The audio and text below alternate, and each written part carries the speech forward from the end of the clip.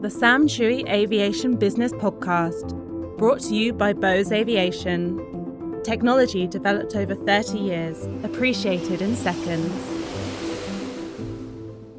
Hello everyone, welcome to the first episode of the Chui Aviation Business Podcast. Coming up in this episode, we'll be discussing the impact of COVID-19 on the aviation industry, looking at key considerations for pilots choosing a headset in our guest interview sponsored by Bose Aviation, and I'll be letting you know a little bit more about what I have been up to over the past few weeks too. Stay tuned. So the sky is nearly empty. Take a guess. How many flights in the sky on an average day? Is it 10,000, 20,000, or 50,000? Well, I can tell you the number is actually none of those. The answer is actually upwards of 100,000 per day. Now that number has fallen more than half recently, and the number continues to drop around the world. The sky is definitely getting empty. This is really an unprecedented time in aviation history. Aviation has been racing with time to bring back stranded citizens and urgent medical supplies and cargo to save life. People working in aviation right now is really showing the best of humanity. So I would like to pay tribute to those people who work in aviation tirelessly to serve and save the world. So cargo is the new king now. As many of you know, a lot of cargo used to be transported in the belly of passenger flights. With these passenger flights are now grounded, 60 to 70% of the cargo belly space vanished. So there are huge demand right now for cargo. There are over hundreds of 747 freighter flying in the sky at one time. So airlines now have to use passenger plane to transport cargo to keep up that demand. We have seen passenger cabin completely filled up with card boxes, transporting medical supply cargo to the front line. Some airlines like Air Canada have removed all the seats on their 777-300ER to bring additional space for cargo. I've also seen private jet operators such as VistaJet and Crystal Sky using their luxury private planes on cargo charters. However, with many countries' borders closed, it isn't easy to deliver cargo around. The International Air Transport Association, IATA, and its members renewed their call to governments to take urgent measures to ensure the vital air cargo supply lines remain open, efficient, and effective. Alexandre Degeniat, IATA's Director General, said, "We're still seeing examples of cargo filled with life-saving medical supplies and equipment grounded due to cumbersome and bureaucratic process. These delays are endangering lives. All governments need to step up to keep the global supply chains open." The Middle East has also witnessed a number of airlines meeting that challenge and shining out as heroes of the crisis. Emirates began using their fleet of 777 passenger aircraft to carry cargo and temporarily moved all the freight handling operation to Dubai International, DXB, to reduce costs and increase efficiency. The 777-300ER passenger jets can carry about 40 tons of cargo on the lower deck, and this is supplementing to Emirates Sky Cargo fleets of 11 777 freighters. Abu Dhabi's Etihad had also been adding new routes to its cargo network. It's using a number 787 passenger aircraft to carry cargo services between Abu Dhabi and Melbourne, Chennai, Kerala, Karachi, and Amsterdam. The likes of Flight Dubai and Kuwait's Jazeera Airways have also begun operating cargo flights, filling the cabins of their 737 and A320 narrow bodies with cargo. Moving on, our next news topic is the future of A380 Super Jumbo. Prior to the COVID-19, I think the A380 had a future in long haul. But the question now is, will we ever see it again flying in the sky? The A380 is a favorite for many passengers due to the space inside. It's a game changer for airlines like Emirates. The A380, I think, is a plane to make or break the airline. What happens when you can't fuel an A380? Right now, it is impossible to run even the smallest narrow body profitably, let alone a monster A380 size. If you look up on Flight Radar 24, which is a flight tracking app, there's hardly any A380 flying in the sky at the moment. All of them are grounded. IATA is predicting a slow recovery in demand as passengers are likely to be reluctant to travel in the face of looming recession on top of concerns over their health. I think it is unlikely that some operators will ever be able to afford to run A380 again. So the COVID-19 may turn out to be a farewell party for the A380. Even the world's largest long-haul carrier, Emirates, is starting to look back and scale back the usage of A380. it has already committed to A350 and Boeing 787 as it looks to restructure the fleet for future of air travel. So the COVID-19 played out now as aviation's biggest farewell party. We've seen a lot of airline casualties already. The first one out there was Flybe, the biggest regional carrier in the UK and Europe after the UK government decided not to fund the airline anymore. South African Airways is nearing collapse and plan to lay off all the staff after the South African government decided not to use the taxpayers' money to aid the troubled airline anymore. In fact, there are plans now to form a new state-owned airline. Virgin Australia have just gone into voluntary administration, which the airline actually had $5 billion in debt. The same goes for Air Mauritius went into voluntary administration recently as well. The picture is pretty much the same as the rest of the world, with experts predicting the crisis will now stretch well into the summer of 2020. But some analysts have suggested that the Middle East aviation market is in a better position than Europe and the US. It is no secret that the government in the Middle East sees aviation and connectivity as core to their countries. A number of large airlines are majority owned by the governments, meaning that there is a vested interest in the survival.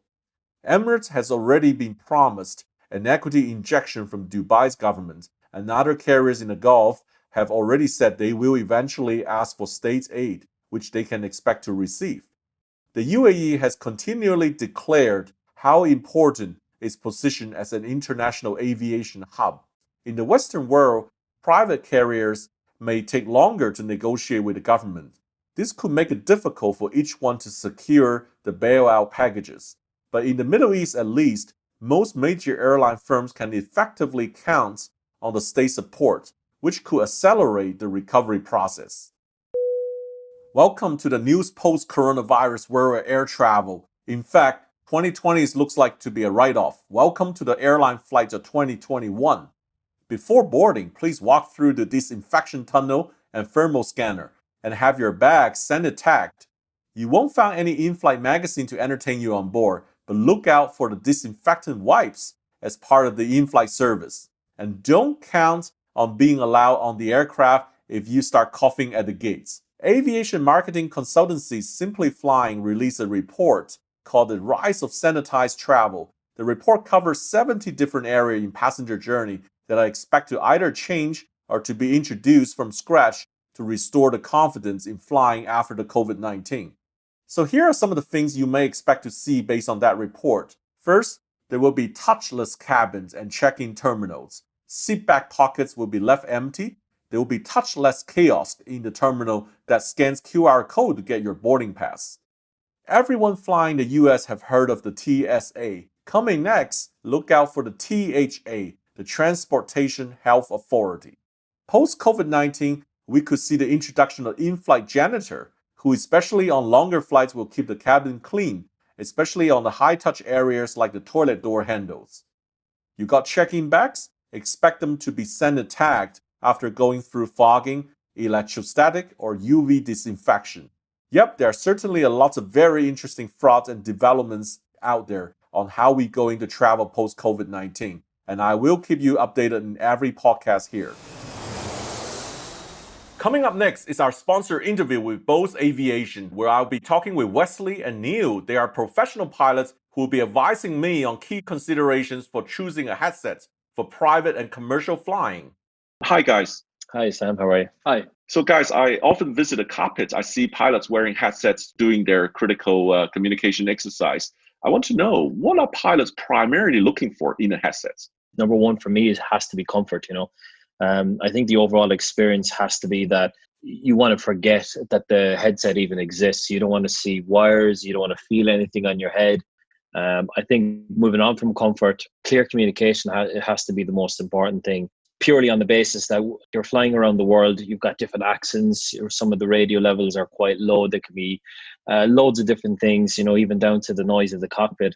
And you need to be able to get the radio call first time, every time. And then finally, for me, I think ease of use. I think you don't want to be fumbling around with a headset, or you don't want to be having to set it up. You just basically want to be able to plug your headset in, put it on your head, and it's working immediately, and it has the same settings that you would have used on your previous flights. So, Neil, do you agree with that? Do you have anything else to add? Yeah, no, I completely agree with that. It's comfort and clarity, which are two of the top things which are important to pilots. Also, just to add slightly below that list, the endurance. I mean, you could have a fantastic headset which has cost a few $1,000s and you've had it for a year, but if it breaks or if it becomes worn after that year, then it's no point investing that money. Okay, so I want to share with you my personal experience. I just started learning as a private pilot. The headset I'm using is actually not so fantastic. So Mhm. I just want to know, is there a headset you guys use? You guys definitely recommending? Yeah, I'm currently using the Bose ProFlight Series 2, the latest model by Bose so far, and it's fantastic. The clarity, the comfortability of that headset is phenomenal. I've been on flights lasting up to 7, 8 hours and worn the headset the whole time, and it's worked perfectly. And then for me, Sam, I'm actually using the same headset as Neil. I've trialed I would say about 5 or 6 different headsets over the years, and I think this new ProFlight Series 2 is probably above and beyond any of the other headsets out there in the market at the moment. It's a lot of things. It's not on your ears, so it's not causing pressure on your ears for the whole day. And things like even as simple as putting on sunglasses or just wearing glasses in general, they're not being caught up in the headset. There's no pressure on your ears. There's no pressure on your head. So it's leaps and bounds beyond what else is out there in the market at the moment. So if you're starting your career, yeah, I'd recommend the Bose A20, which is fantastic for high noise environments. And if you're looking to advance your career into the professional environment, then you can take it with you and use it there too. So as a learner here, I always wondering how important is it for a pilot can rely completely on the headset to perform in flight? Although most modern headsets they don't really fail or they don't stop working like without a warning or anything like that. Obviously, reliability is a huge part of the quality of a headset, in the sense that if you have a headset which is operating as noise cancelling and it's running on batteries, the major issue there is that the batteries could run out and the noise cancelling could drop out, and you could miss a call. With this Bose ProFlight Series 2, yes, it does have batteries on some of the models, but you'll hear a kind of the noise drop out and drop in again, just to give you a good warning that the batteries will need to be replaced.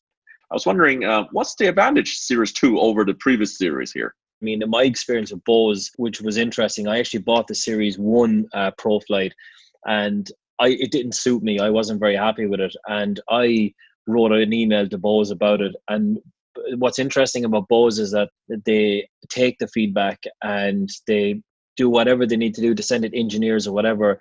And this is where this Series 2 has come out of. This Series 2 has come out based off of feedback from pilots. So any issues that pilots had with this first series of the ProFlight, within a year, they had fixed these issues and brought out this new headset. So it's interesting because it's great to see even putting aviation to the side. It's great to see manufacturers listening to consumers and improving those like in this case the headsets. Neil, is there anything you'd like to add on that? The jump in innovation when it came from all other headsets in Series 2 was phenomenal. It's like we said, the thicker cable, it was reduced to less than half the size, and there's this feature which allows you to tap for active noise cancelling to switch on and off, and that after landing it used to automatically switch itself off due to the inertia of the landing or possibly just a sensitive switch. They fixed that as well. So when it came from the reliability and the innovation, they've actually thought about each little thing which we would use on a daily basis in work and implemented it, like the touch for active noise cancelling, or like the boom mic not being too long, so you have to bend it over, and the headset which instead of letting an earbud dangle, there's a little clip which allows you to clip it onto the side, and the cushions on the top. It's all been intricately thought out, which makes it so much easier to use. Well, that's fantastic to hear. A company like Bose is actually listening out the feedback from the pilots to continue to improve.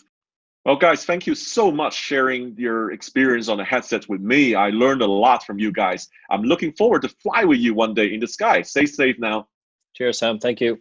Great. Thank you very much, Sam. Finally, I would like to let you know a bit more about what I have been up to over the past few weeks.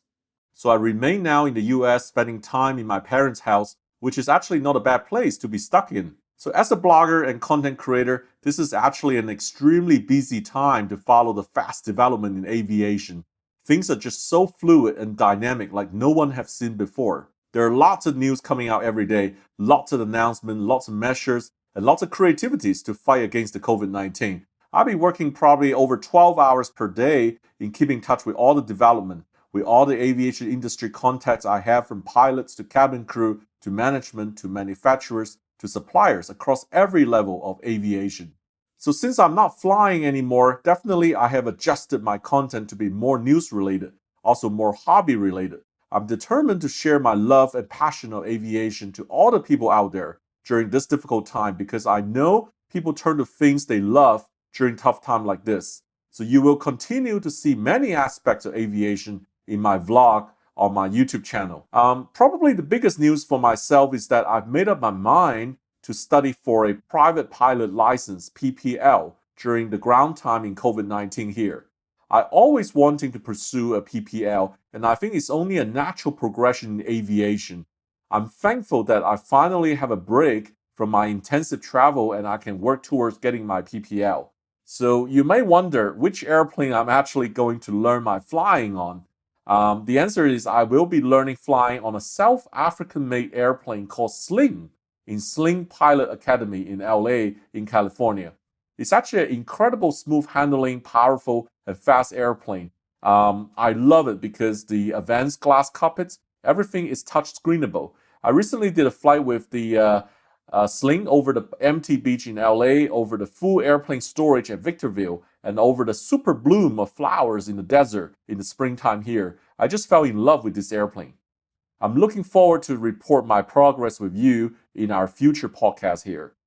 So to close today's podcast, I would like to thank our frontline carers and heroes. Your dedication, commitment, and courage deserve our deepest gratitude and admiration. The late South African President Nelson Mandela once said, "When people are determined, they can overcome anything." Thank you all very much for listening, and don't forget to like, subscribe, and share this podcast with everyone you think would like to know more about the aviation industry. I'll be back again next month for episode 2 for the Chui Aviation Business Podcast. So until then, stay safe and keep well. The Chui Aviation Business Podcast, brought to you by Bose Aviation. Technology developed over 30 years, appreciated in seconds.